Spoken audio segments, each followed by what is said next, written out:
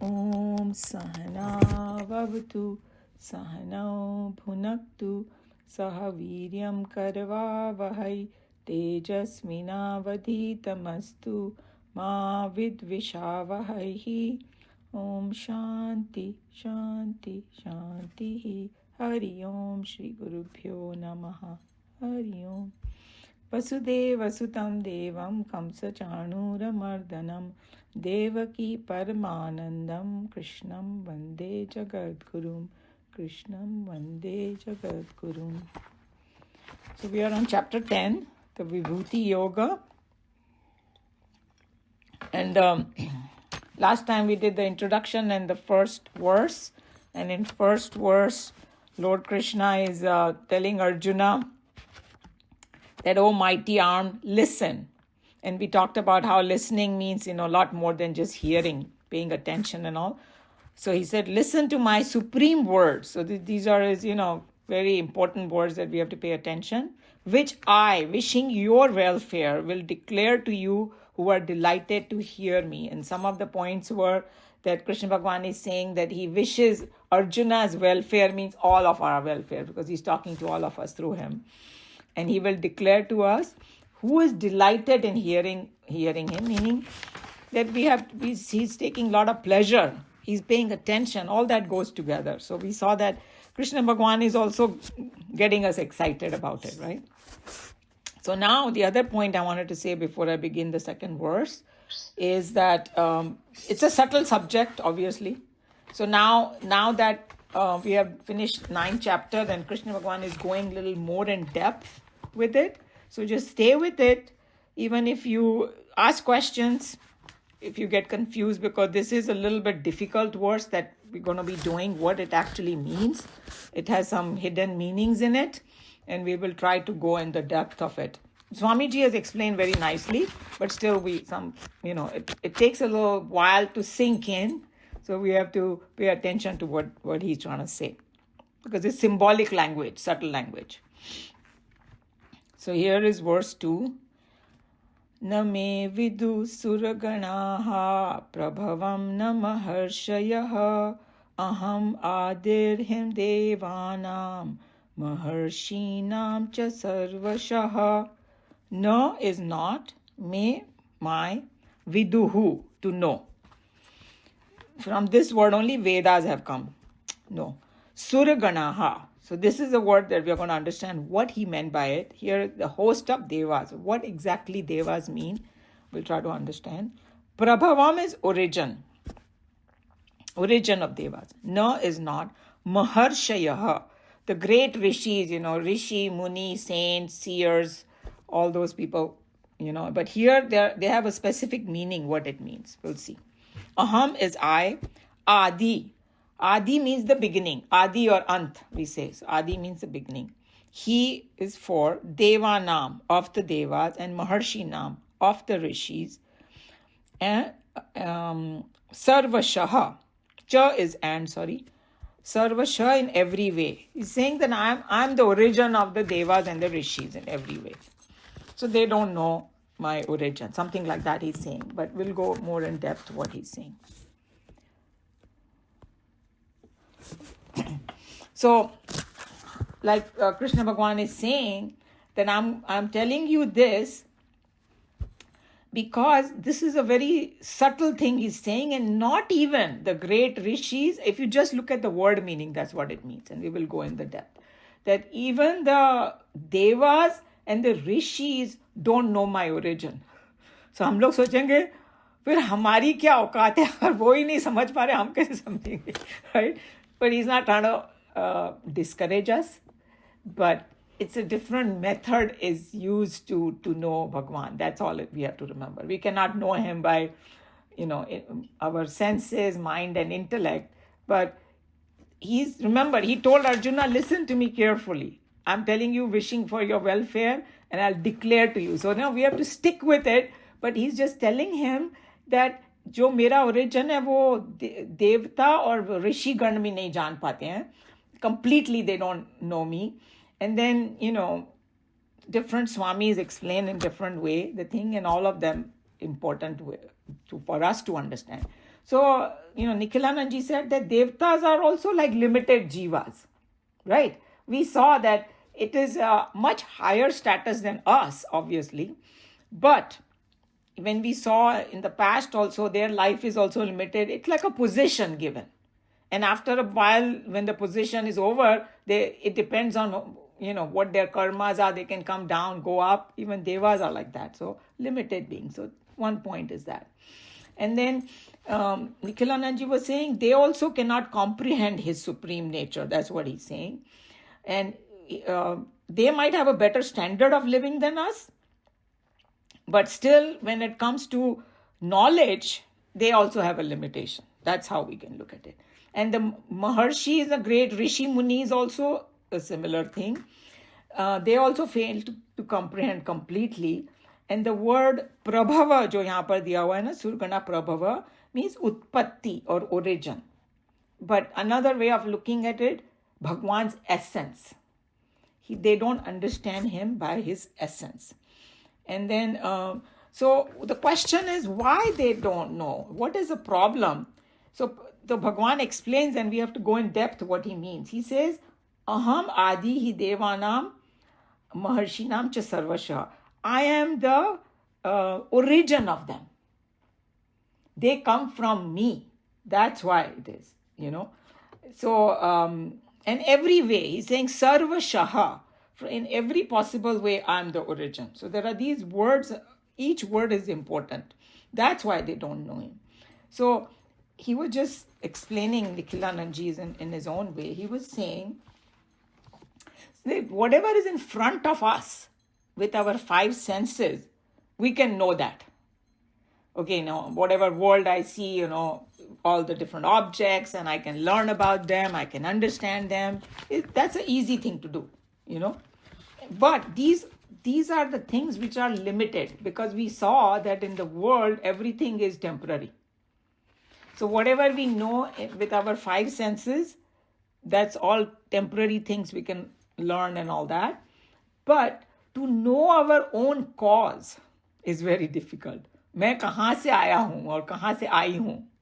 That's why it is difficult. I cannot know that easily, Or I cannot know that the same way I know the objects. So that's another way I can look at it. Because the intellect cannot understand its own origin. कोई बोलेगा कि हम लोग को थोड़ा ऐसे अभिमान हो जाता है ना, मतलब oh, this person is so intelligent. पर उसने कभी सोचा है कि उसका intellect आया कहाँ से? Going backwards, that hey, where did it come from? So we cannot understand our own origin, our own cause. What is our source? That is the problem. So now let's look at these two words that I told you. It has a much more depth in it than that Devta and Maharshis. They have a specific meaning here of Vedantic meaning.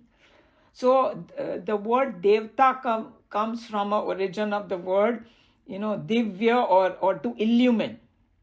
Illumine to know something is called Devata. So we know that we have gone, in the past we have discussed it, but maybe there are some new people or maybe you forgot about it. All the phenomenal forces are called Devatas.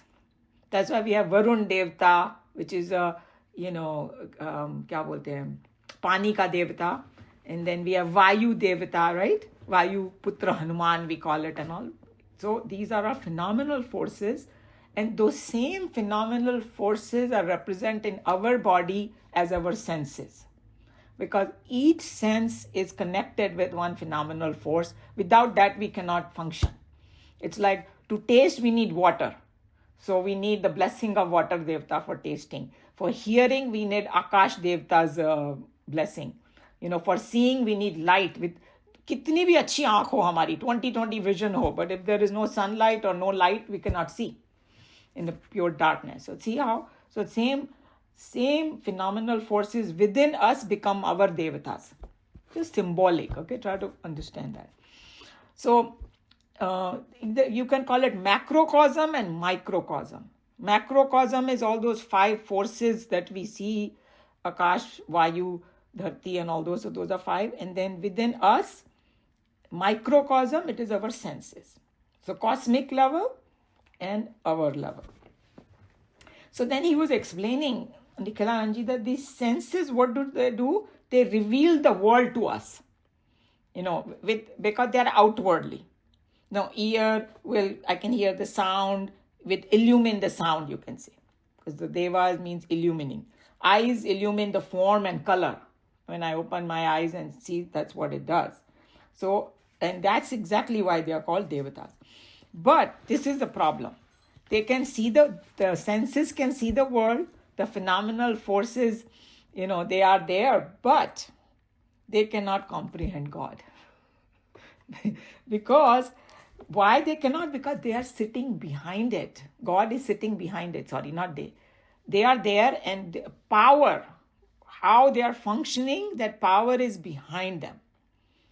As though I'm seeing, and there is a power of seeing is behind the eyes. Without that consciousness, I cannot see. Right? So that's how we have to look at it. So God is the supreme reality, because of which I am able to see, hear, smell, taste, and touch. So that's why Devatas cannot comprehend God just like you comprehend other things in the world. That's what it means. I cannot use these senses to comprehend God. And Maharshi. So this is the explanation for the Devatas. Now, what is Maharshi? So Maharshi, on one hand, they are called the great seers or the great Rishis. We know when we read the commentary, you will see there are 7 sets of Rishis, but they have a very deep meaning. But subjectively, what they mean, when Bhagavan talks about Maharshaya, it means they represent our ability to know. My mind and intellect is represented by the word Maharshi. So because our mind and intellect have the ability to know about the world, we can get all the degrees, we can get PhD degree in some subject, and we will know everything about it. And otherwise also, even if you are not educated, you can still see the world, and you can learn many things with experience and all that. But the problem is the mind and intellect fail to recognize the source of it, where it's coming from, and its origin. That's why the Bhagavan said that in every way I am the origin. So this is what he was. How do we understand this? So he gave a very brilliant example. He's saying that when we open our, this is our senses, right? This is one of the Devatas. I open my eyes and I can see the whole world. Except one thing I cannot see. What is that? Anybody wants to guess what it is? Anilji smiling. Yes, I cannot see my own eyes. See that? So he's saying, yes, I can see the reflection of my own eye, but even though the eyes have the power to see everything, it doesn't have the power to see itself. You see that? So now you go backwards and you will know why Bhagavan said nobody knows my origin. So same way, now apply the same principle to mind and intellect. With mind and intellect, I can know everything outside, but I don't know my own source. So ulta, that's why you have to go inward. That's why it's called you experience it and realize it rather than see it. That's another way of looking at it. So that's exactly why Bhagavan said that even the great Devatas and Rishis don't know me, because I'm the source of them. So,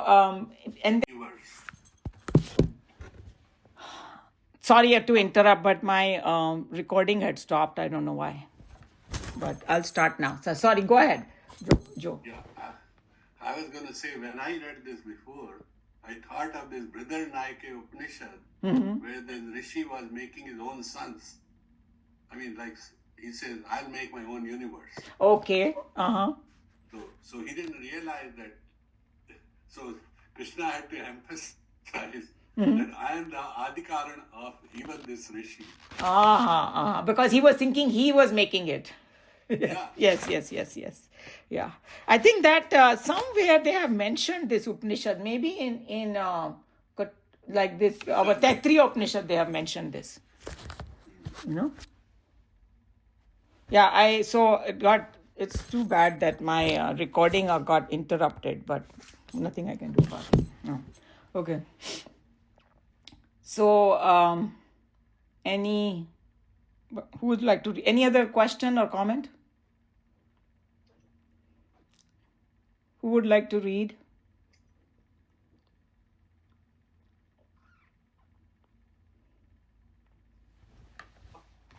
Anilji, would you like to read?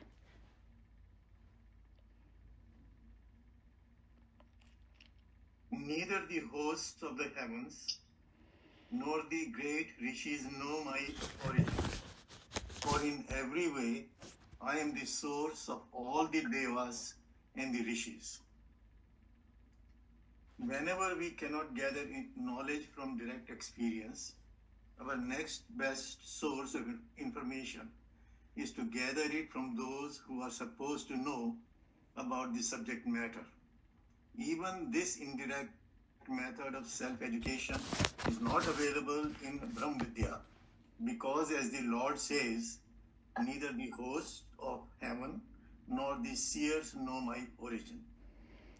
So here Swamiji is taking that approach. Okay, there are two ways of knowing. One is that मेरे को direct experience हो रहा है, right, of some things that I know. Okay, and then if I don't have a direct experience, so I rely on these maharshis and devas and all that indirect method. But भगवान ने वो भी out कर दिया.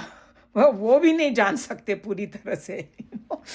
So he's just telling us, look, there is a third method, that because we have to experience it ourselves. That's what he's trying to say, and how to do it he's already mentioned, but he's just telling you कि ये वो वाला subject नहीं है कि भाई जाके PhD कर लिया कि I know about how to know God and now I'll know it. It's not possible like that. That's what he's trying to say. Later on in the same chapter, we will have occasion to understand what actually the Lord means by the term the great seers.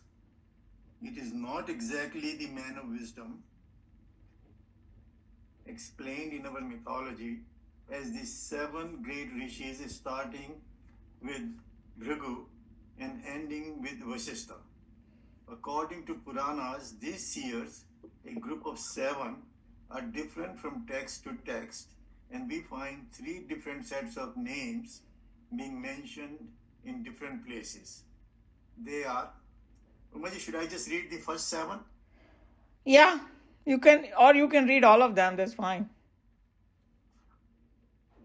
They are Bhrigu, Nabha, Vivasna, Vivaswan, Vivaswan. Vivaswan, Sudama, Viraja, Atinama, Sahisnu, and the other names are Marisi, Angri Rasa, Atri, Pulastya, Pulaha, Kritu, Vasishtha. And the other 7 names are Kashyap, Atri, Bharadwaj, Vishwamitra, Gautam,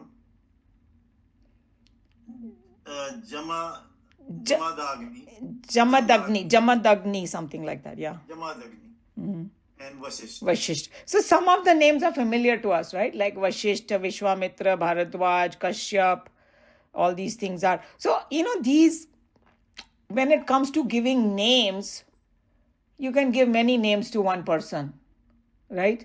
We have to understand from the essence what they're trying to say. Then you will understand. So why it is, some people might start arguing, fighting, it don't make any sense to us, because you have to understand who these rishis are. Whoever's read the commentary might know, but it's coming. It's just a symbolic thing. So you can give in many names. But 7 in number is a literally fixed number. 7 main rishis, Sapta Rishi. सुना होगा ना? Sapta Rishi आ गए, वो सब कितने भी पुराने, वो Sapta representation of 7 different phenomena that are there in the world. That's what they represent. That's the main thing that we have to understand. So the great seers, when we say men of wisdom, they are personified, of course, and some of them may take even birth. Like they say, Ganga Putra Bhishma. So, Ganga to Nadi hai bhai. How did the Ganga? So, Ganga can take a form also. You know, if we are made of 5 elements, you know, एक गंगा का main form भी हो सकता है. You know, yeah, somebody's. One second, I have to mute someone over here. Okay, I got it. All right. So, you know, when it comes to that, we have to have a very much open mind. If we cannot read Bhagavad Gita with a closed mind, then you will say, oh, how is that possible and all. The personification, even our teacher used to say, on one hand, we say, you know, Vayu Devta and Agni Devta, koi bolega hai ya nahi hai. And some ways, what difference it makes. You know, Agni to hai na. The collective force को देवता बना दिया, एक personification दे दिया. और Brahma, Vishnu, Mahesh. Brahma is a creator or a manifester, you can, whatever you want to say. And Vishnu ji is maintenance करते हैं. And annihilation is Shiva, you know. So these 3 things are happening in every day in our life and at the cosmic level also, right? These phenomena are there. So whether you believe that उन्होंने एक person Shiva है या नहीं, phenomena तो nobody can deny it. Even science cannot deny it. Okay, these things are happening. So with whatever your mind connects to, you do it. All they have done it for our understanding. They have personified these people. And it's possible also that they take birth and come as a person on this earth. Vishwamitra came. You know, some of these Rishi का जो नाम है यहाँ पर, उनकी कहानियाँ भी है. You know, Vishwamitra is connected with Ramayana, Vashishta and Vishwamitra and all that, and so many others in other stories and also, whichever way you want to look at it. Thus we find that the rishis counted from Raghu to Vashist are 7 in number, though differently named in different places. These rishis are not to be considered as men of knowledge and experience, but they are, in the style of the Puranas, objectified representations of the subjective facts in the science of Vedanta. According to the authors of the Sankalp philosophy, the infinite has become the finite through the intervention of the total intellect, termed by them in their textbooks as the Mahat Tattva. It is equivalent to our concept of the God principle, Parameshwara. Okay, so this one is a little bit technical, so I'll try my best to explain it. So firstly, they are saying that you saw these 3 sets of rishis, they are 7 in numbers. Naam alag-alag hai, number same hai. So it is like they are trying to explain to us some concept here. Okay. Second point is they are objectified representation of the subjective facts in the science of Vedanta. Because there are certain facts there, and I told you that there are the 5 elements are the facts, they are in front of us, right? Usko personified kar diya unhone, ek form de diya usko. Okay. So, and then the next thing they are saying is in Sankhya philosophy. So Sankhya there are different philosophies, you know, I'm not going too much into it. You know, there is a yoga philosophy, Sankhya philosophy. They all overlap. They focus on certain things more and all that. So infinite has become finite. That we saw in all our Upanishads also. And even in Bhagavad Gita, as is mentioned, that at the pure level, you can say God is just pure consciousness. But then, like Joe and I were having a discussion before the class started, we came early, that from there, slowly, जैसे कि one of this Taittiriya said that कंपन हुआ उसमें, desire पैदा हुई कि I have to become many, I am one. And in the very simple language, you know, God is sitting there and getting bored and he's saying that मैं अकेला हूँ, अब मैं नहीं बनाना चाहता हूँ. I want to enjoy, लीला करना चाहता हूँ. So वहाँ से शुरू हुआ for this world to manifest from that point with the desire happening, kampan happening in the pure Bhagwan. And then the infinite has become the finite through the intervention of total intellect termed as Mahat Tattva. Because when we talked about our intelligence, we say that individually we feel, I mean, this is my intelligence, but remember we discussed that there is, and we saw in the Upanishads and all that, it's connected with the total intellect, right? And that totality is called Mahat Tattva. So first, that total intellect or the total desire came in Bhagwan, equivalent to the concept of God principle, Parmeshwara. वहाँ से जब वो महत तत्व से then all these elements come, and this Brahma, Vishnu, Mahesh, creative power, maintenance power, and dissolution power comes. So there is a whole sequence in our Vedanta that how from pure consciousness this process takes place. It's like you're trying to manufacture something. First the idea has to be there. First the desire has to be there before idea. Think about it. Without a desire, you cannot do anything. I want to do something. Then how do I do it? The idea. And then that idea को बोलते हैं ना कि उसको अंजाम देना, उसको fructify करना. So then you need material. For the worldly things, we collect the material, but at that level, Bhagwan himself is a material. We have discussed that many times. He is the efficient cause. He is the intellect behind it, and he is a material cause also. He did not have to go to Home Depot to buy material, but he created it out of himself. So these 5 elements, he created it out of himself. Something like that, okay? So that's what it means. If you have any questions, you can interrupt because it's a little technical. Yeah, I have. It's taken me quite some time, but I want to know exactly for one line, what does it mean when it says, these rishis are not to be considered as men of knowledge and experience, but they are in the style of Puranas, objectified representation of the subjective facts in the science of Vedanta. Particularly this, when there is an objectified representation of the subjective facts. So we're talking about the creation and all that, and the 5 elements, the matras, etc. But when there's objectified representation, okay, so are we talking about the analogy or the examples that you're saying? Is that what it is? Objectified, in a very simple terms, objectified representation, like the way I understood, and that's what is easy to understand, is what I told you about the 5 elements. Yes. 5 elements are there, we have 5 senses. Yes. But what they have done, hey, how do I understand them? So to make it simple, there is a Vayu Devata, Varun Devata, Pani ka Devata, there is Agni, then that becomes an objective representation of it. That's what I mean. So you give the objective, that means the outside, what is happening inside, you're giving that as a form. It's giving a form. To explain. Yes. How to do it, how to understand it. Yes. That's what they're trying to do. Okay. Yeah, I just wanted to make sure that So all these phenomena, in fact, some people say even Ganesha is, if you analyze why they made that form, there is so much symbolism in it.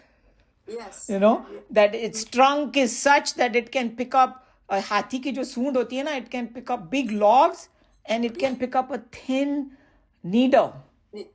So it has a wide range of it. And then its big ears are because, hey, you can listen more and talk less, something like that, So all these representation are there, and so all symbolism, so that our mind grasps the whole idea.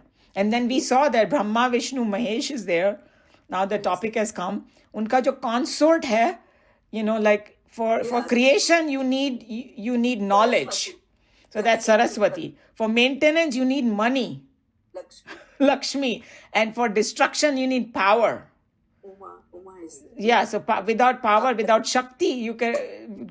That's why they said that Bina Parvati ke Shiv is like Shav, somebody was saying. He can't do anything. So that all the important part ko unhone Devi ka roop de diya. Important, or I thought the source behind or the knowledge behind, because without Saraswati, Brahma couldn't create. Exactly. So you need both. You need the creator, but you need something behind it also. True. Behind it. Yes. True. So they personified it, and that's how we worship all these. It's like when we worship somebody was saying that we worship Durga, right? Yes. It's worshipped all over in India, like, Bengal and, so many places, even in South, North, everywhere. Mata, kitna, Punjab mein, So what is, that is, we are actually worshipping the power in the cosmos. And if you think about the power, you will be shocked that even in every atom, there is so much power. Yeah. Right? Yeah. Like sun, somebody saying there's a nuclear fusion going on right now. For billions of years, there is so much going on in the sun and we are all being nourished by it. It's coming from that power, The matter and energy, that's what we say. Yes. That energy, and its different forms, and we have given different names to that energy that's- as it goes through the different equipments. Yes, That's what we're yes. doing. So when we worship, it's not just some female form sitting over there, but what does she represent?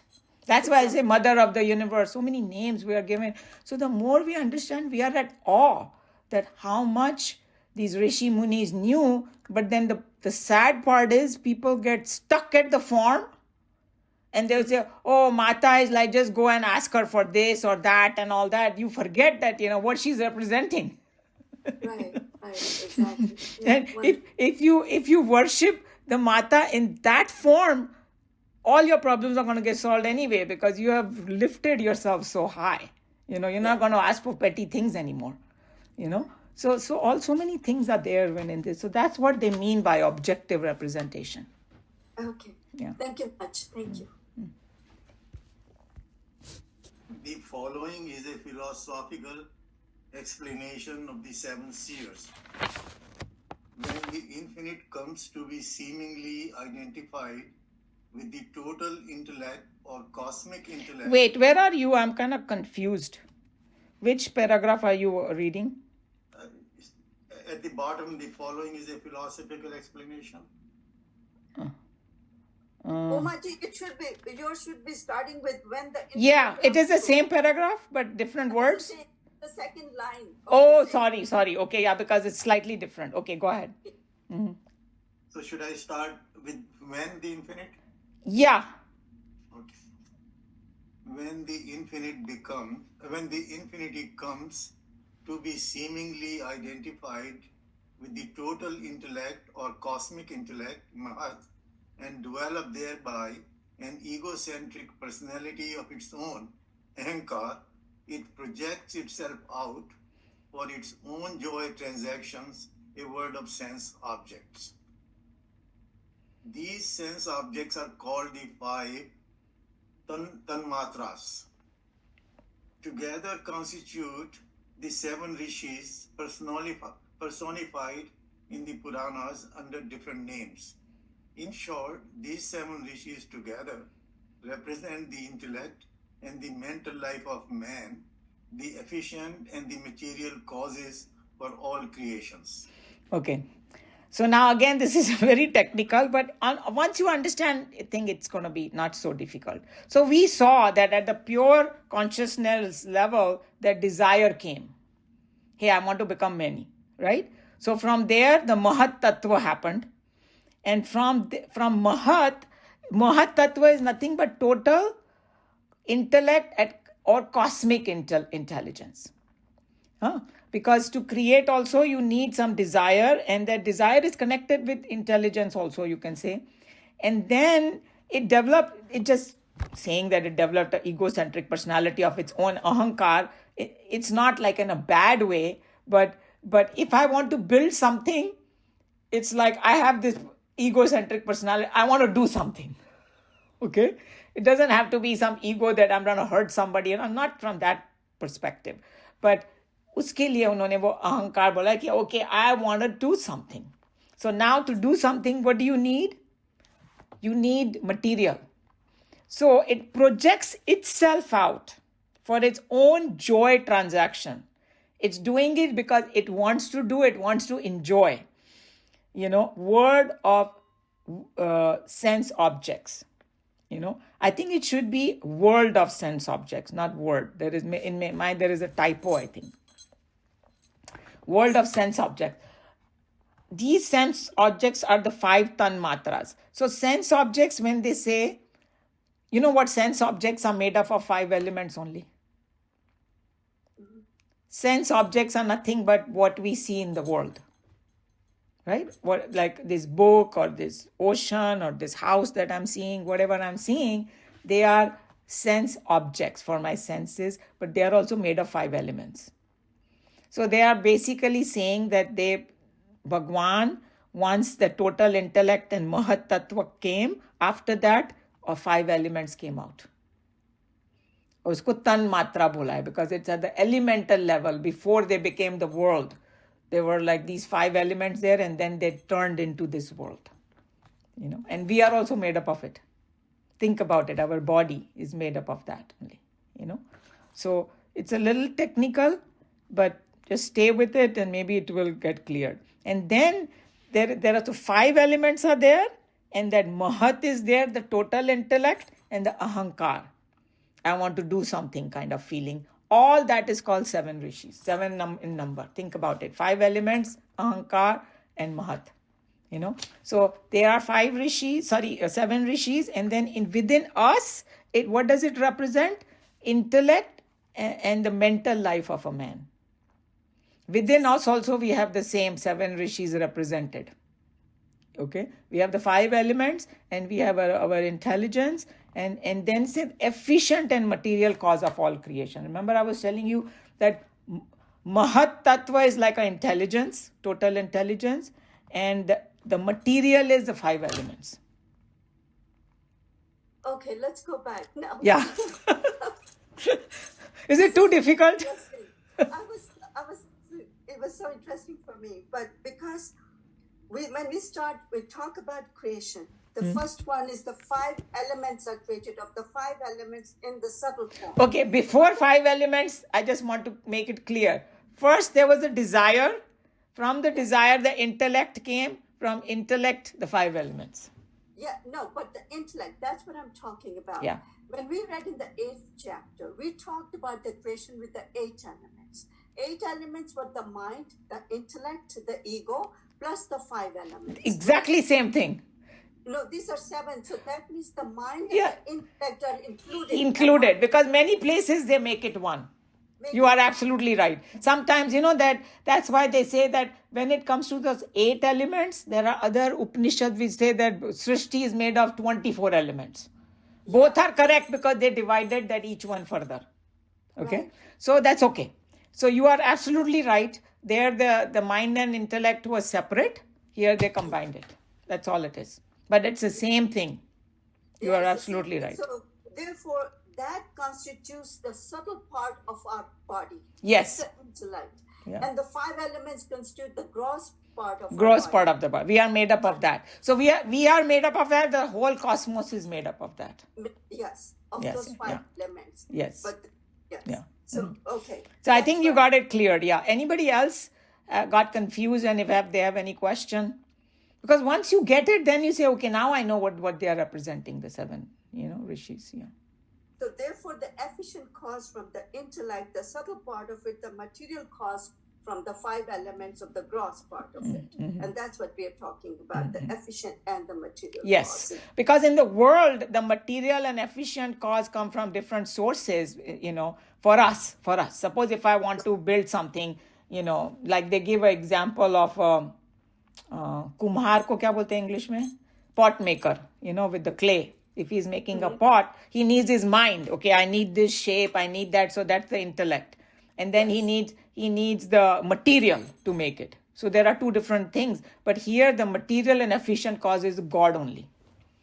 God, kind of projected his intellect, and then he projected this 5 element from within himself. It's just like saying the objectified representation. And in that, we can say that, the spider, how it makes it. Yes. The spider is a good combination. Yeah. Lord, who's having, Yeah. the material and the efficient cause. Yes, absolutely. So in the worldly example, if you understand how spider makes his web, then you will understand how Bhagwan made the world. That's what they're saying. Spider didn't go anywhere to get the material. He took it out of himself. Yeah. Yes. His own saliva, he makes his house. Devas do not literally mean the hosts of heaven. The word Deva rises from its root, meaning to illumine. The Devas, therefore, are the sense organs which illumine for us the world of objects for our innumerable experiences. So they explained what the 7 rishis were, the 5 elements, the intelligence and ahankar. We saw that. Now they're talking about devas. So devas we already discussed. Deva means to illumine. And in us, these 5 senses are the one which illumine the world for us.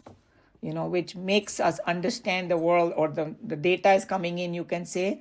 So these sense organs are called devas. It is therefore clear that the self, the pure consciousness, is the source of all the devas and the great rishis, meaning that the conscious principle is the substratum for both the physical and the mind-intellect life in each one of us. Even though they are thus sustaining themselves in truth, they cannot know my origin. So now he's summarizing in this paragraph what he said earlier. So that now we know that from pure consciousness is the source of all these 7 things, because it came from there. So another way of saying is substratum, uska आधार कहाँ से आया, वो consciousness से आया. And दोनों का आधार, physical, like you were saying, Meena ji, 5 elements physically within us and our mind and intellect, दोनों का वो substratum है, right? दोनों का आधार है. And but even though the truth is sustaining us, I don't know my origin. And in next 3 paragraph, Swamiji is going to explain what is the technical difficulty in knowing something. He is going to tell us. Yeah. It is usual that an instrument of cognition cannot by itself cognize its objects, but needs an intelligent observer to make use of that instrument. The instrument can never illumine the observer, but can only bring its world of objects within the perception of the observer. For example, the telescope and the observer. Okay, so now if you read that first and you get all confused, but now go back to the example and that will make it clear. Suppose I want to look at the stars tonight. I have a telescope, and I actually want to do that. I actually have a telescope, but I have not gotten to it. Because they said that Jupiter is going to be close by on the December 6th for people who like to watch stars. You can see its moon and all that. We'll see. Anyway, coming back to Bhagavad Gita. So they are saying that, okay, you have the telescope and then you want to see the star. Who is seeing the star? The person behind the telescope. Telescope is not seeing the stars. You see that? You need some intelligent person behind. Without that, you cannot see. So we may be thinking, oh, my eye is seeing it, my mind is seeing it, blah, blah, everything. No. Without that consciousness, nothing can be seen. Okay? So that which is behind. So the telescope doesn't know who is behind. That's what he's trying to say. We are like the telescope only. Okay? Our body and mind and intellect is like a telescope, where there is intelligent being behind, conscious being behind. It's hard to understand who that is. That's what he's trying to say. So this example, you go backwards and you will get it. Or like somebody was saying this example that, us ladies, when we make chapati with the chimta, okay, we roll and then we put it on the fire and all that. So we are holding the chimta. The chimta is moving it, and the chimta might become like arrogant. Oh, I'm moving the chapati. But no. There is a hand behind it which is moving the chimta, and then it's moving. See what I'm saying? The same way we think, our ego, I'm so intelligent. Hey, without consciousness, you are nothing. Behind that, there is God sitting. That's why you can do it. Umaji, I don't want to say that God is not there, but it just says the whole thing is like, okay, just believe that there is a consciousness, right? You can't see it, you can't feel it, but just believe that there is consciousness, And that consciousness has done everything. And that you are that consciousness. Everything else is just a temporary thing that because you had a desire to come in this world, so you took up this body, and it's like, having a little play. But we get so caught up in the world that this relative reality, we think it's real. Kuch bhi thoda sa hota hai, we think, oh my God, end of the world. Even birth and death. It is disturbing for us and it's understandable, but उसमें बह जाने की जरूरत नहीं है. That's what it is. Like if you go back to Bhagavat Gita chapter 1 and 2, especially 2, when Krishna Bhagavan said, hey, wise people don't cry for people who have left. He's not saying that become like a stone and you are going to miss them, their body also, right? Because their presence and things like that. But know for sure that, in their essence, nobody can kill them. Death cannot touch them. Things like that. So once you have that knowledge, you will be able to handle it better. Deep inside, nothing has happened. That's what they're trying to get at over here also, that we get so caught up with the outside world and we think this is real and all. No. This is all temporary, but there is something very powerful and real behind it. And that's what your real nature is. That's what they're trying to get at with us through all this. But why do we have to study this? Because once we know what it is easy to transcend it. Otherwise, koi bole, go and in the meditation and just, close your eyes and forget about everything. You won't be able to. But after explaining this much detail, there's a better chance. That now you know why, who came, why we came, and what is the power behind and things like that. And when Krishna Bhagavan made that statement that because it is a cause of things, it's hard to know the cause. You can never know the cause by objective means. It's another very powerful example is there. It just think about this example if you can understand. There is a flashlight. And suppose the flashlight now says, I can illumine the world, I can see outside. I want to know what the source is. And it doesn't know the source. And they say, no, take the battery out and I want to look at the battery. The moment the battery comes out, the light is gone. You can't see. See what I'm saying? So it's like a catch-22 situation. It's not a hopeless situation because in the next verse, Bhagavan will say how to experience him. That's where they are trying to kind of make us understand that mind and intellect are very limited things and you cannot. That's why the people who do ज़्यादा logic में जाते हैं ना, बहुत frustrate हो जाते हैं. And then they become Gnostic because it's like, oh yeah, you can't show me God, it doesn't exist. Drop it. So he's just telling you, don't try to understand. And then somebody gave that also a very good example. They said, trying to use mind and intellect to understand God is like taking a small screwdriver and trying to change a tire of a car. Will you be able to change a tire with this little screwdriver? No, you need a big jack. So this mind and intellect is a very weak instrument, to know. So that's what they're trying to say. Thank you. In short, the consciousness, being the very subjective truth in us, can never become an object of perception for the sense organs, or an object of feeling for the mind, or an object of knowing for the intellect. This sacred truth, discussed at length in the Upanishads, is being beautifully condensed and hinted at by the Lord here in this stanza. So we will see that exact same thing is coming, exact in Taittiriya Upanishad. It's saying that, where they use a different language. They said where the speech goes to describe God and comes back. Mind cannot comprehend it because there's its power behind it. Something that is behind something you cannot know.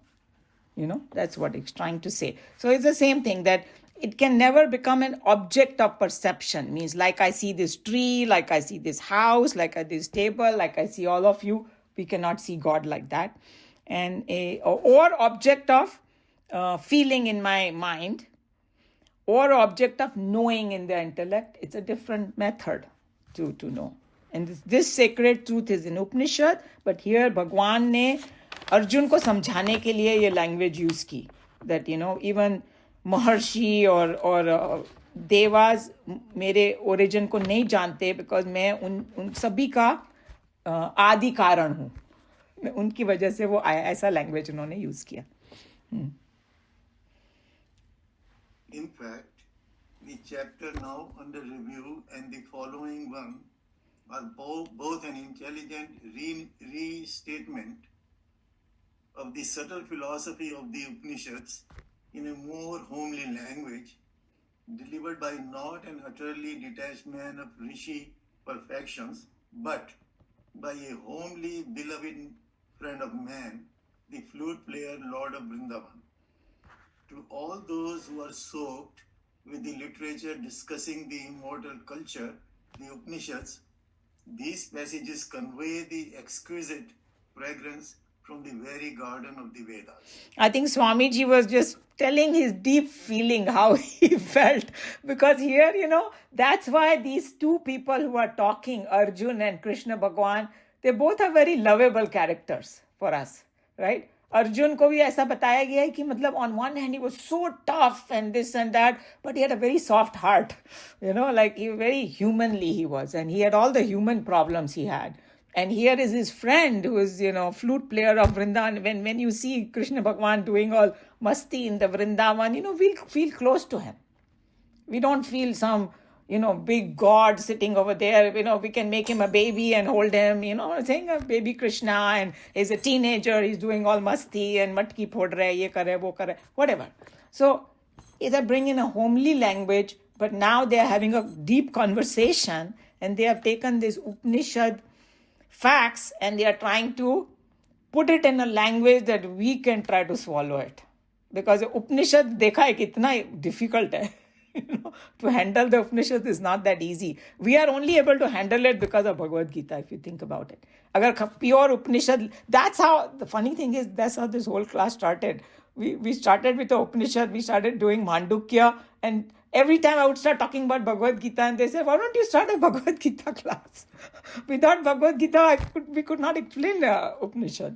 So it kind of, it's a much easier, even though Bhagavad Gita is also tough, but relatively it is more palatable, So that's what the whole thing is, yeah. The last line.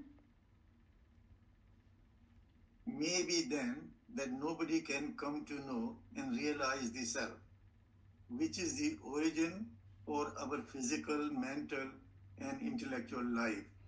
To dispel this fear, it is said. So भगवान को लगा अभी मैंने इसको बोल तो दिया अर्जुन को, अभी बेचारा अर्जुन सोचेगा, oh my God, I'll never understand God. I will never experience. ये तो एकदम, like hitting a wall, भगवान ने बोल दिया, nobody can know the origin, तो इसका मतलब, तो भगवान ने don't चिंता मत कर. I'm going to tell you something so that's what he's trying to say. That don't worry that you will understand, physical, mental, and intellectual origin. Then he will go. So that is next week we will do. So that's what this verse was about. Exciting what he's going to say now. Yeah. Actually, this verse makes it so clear, so many things. Yeah. Why we worry that we do not understand. Mm-hmm. It will tell you later on, after creating this base for you, that how you do it. Right. And after this whole thing that he did, Arjun was very, very excited, and he said some beautiful things to Krishna. You will see when we come in, more verses are going to come. But then, फिर भी उसको थोड़ा doubt था. I want to see it. हम लोग का जो है ना, हम लोग को satisfy नहीं होता है. I want to still see it. And how you are saying that everything is in you?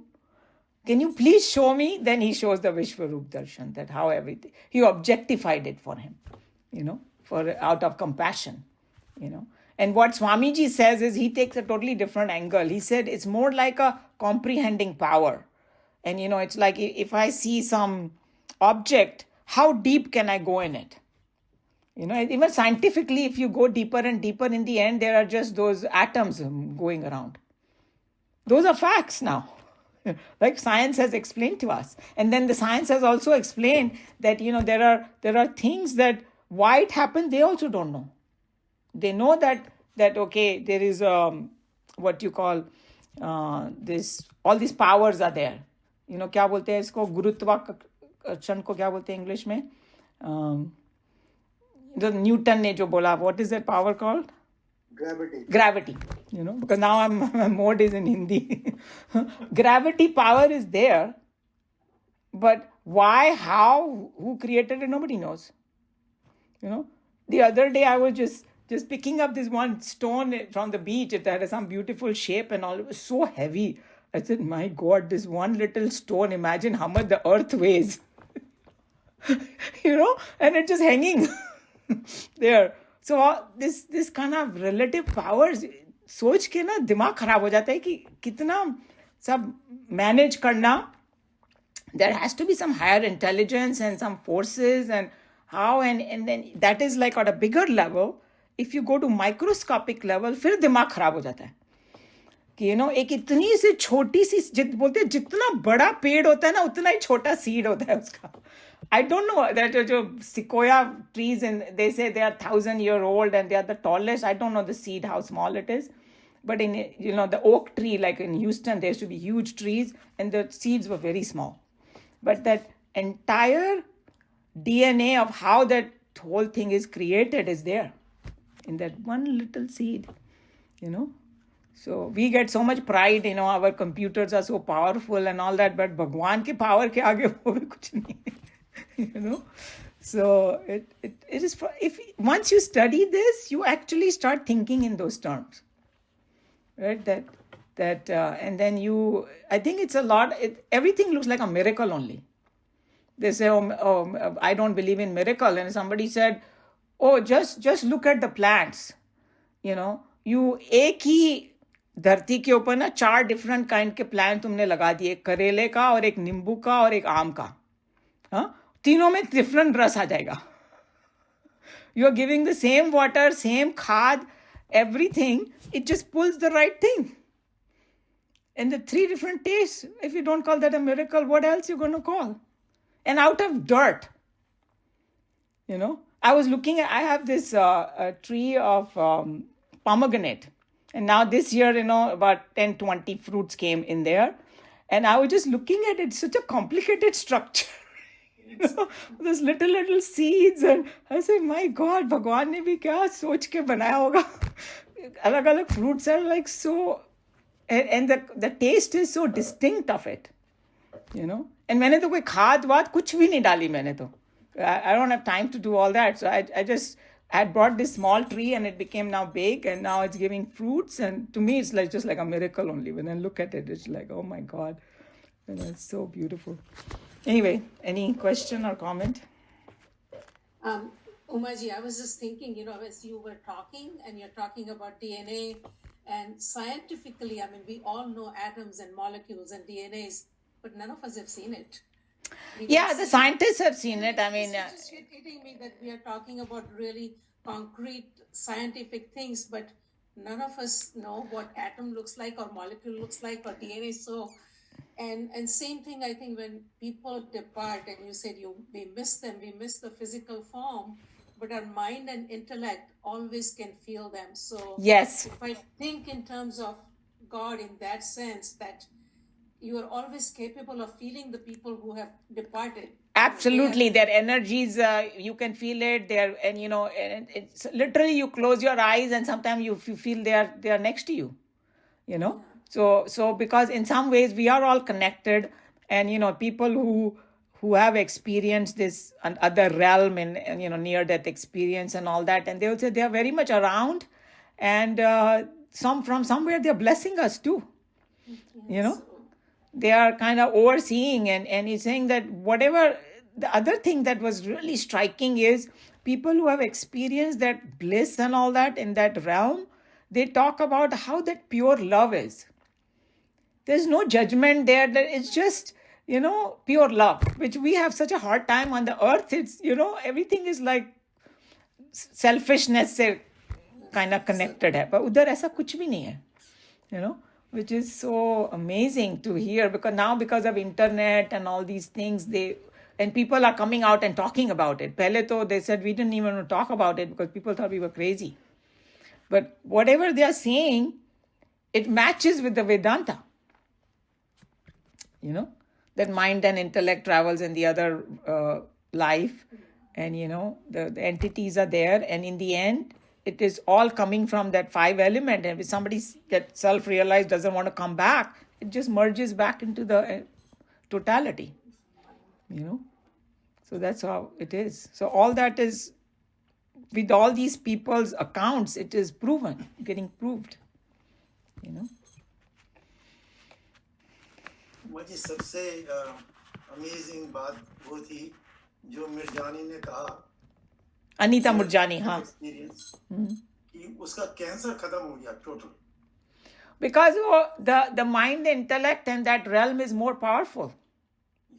And there are people on this earth who, if they somehow connect to that higher self, they can heal themselves and all that. Yes. You know, I mean, Joe, he just got up and left. He has healed people. He has gone through a phase that, you know, he could heal people. So it is true that hierarchy that they talked about, it exists, you know.